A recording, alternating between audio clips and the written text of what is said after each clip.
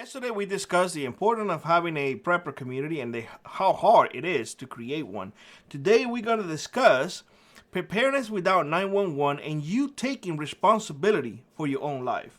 For many years now, people have gotten too accustomed to dial 911 and to have a police officer come and fix their problems, or calling an ambulance because they broke their foot, because they got a cut, for whatever little thing. People have got too accustomed to bring in outside help to fix their problem, meaning that they don't even know how to do anything anymore. How many people know how to do stitches? How many people know how to deal with a broken leg? How many people know how to defend themselves properly?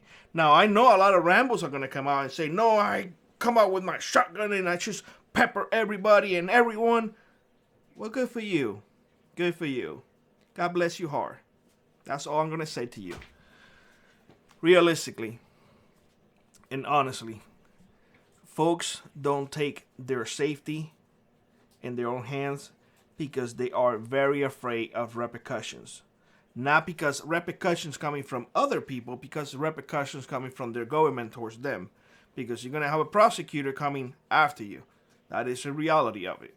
Now, imagine that there is no one to come and your safety is in your own hands.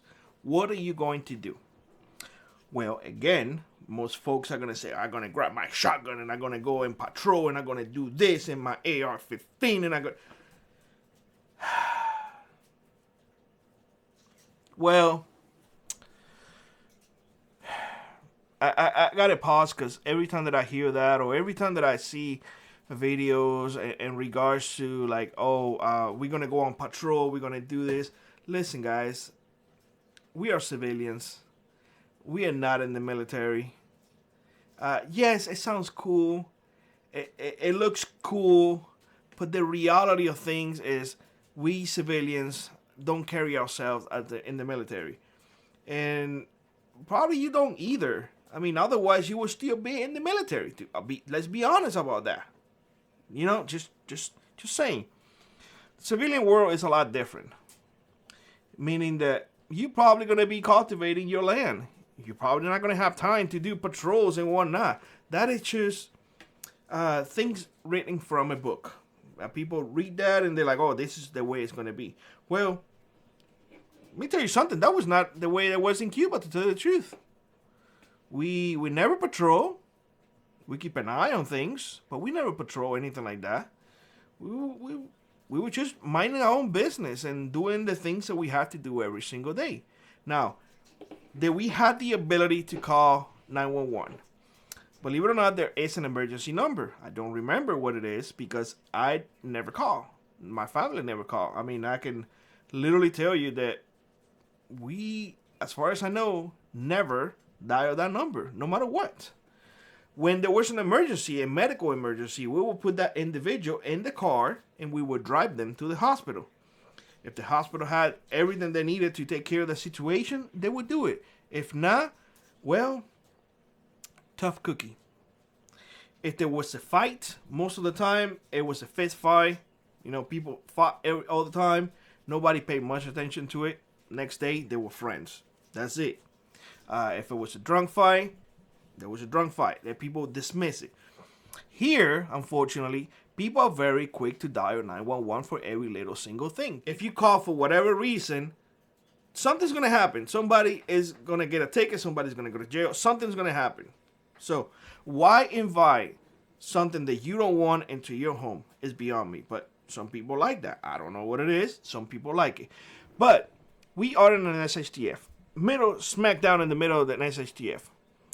And there's no cell service. There's no phone service at all. There's no internet. There's no communication. What the heck are you going to do now? What the heck are you going to do? Your neighbor's dogs are running into your yard and you have an argument with your neighbor. What are you going to do? You're going to grab the shotgun and go outside and blast and pepper everybody?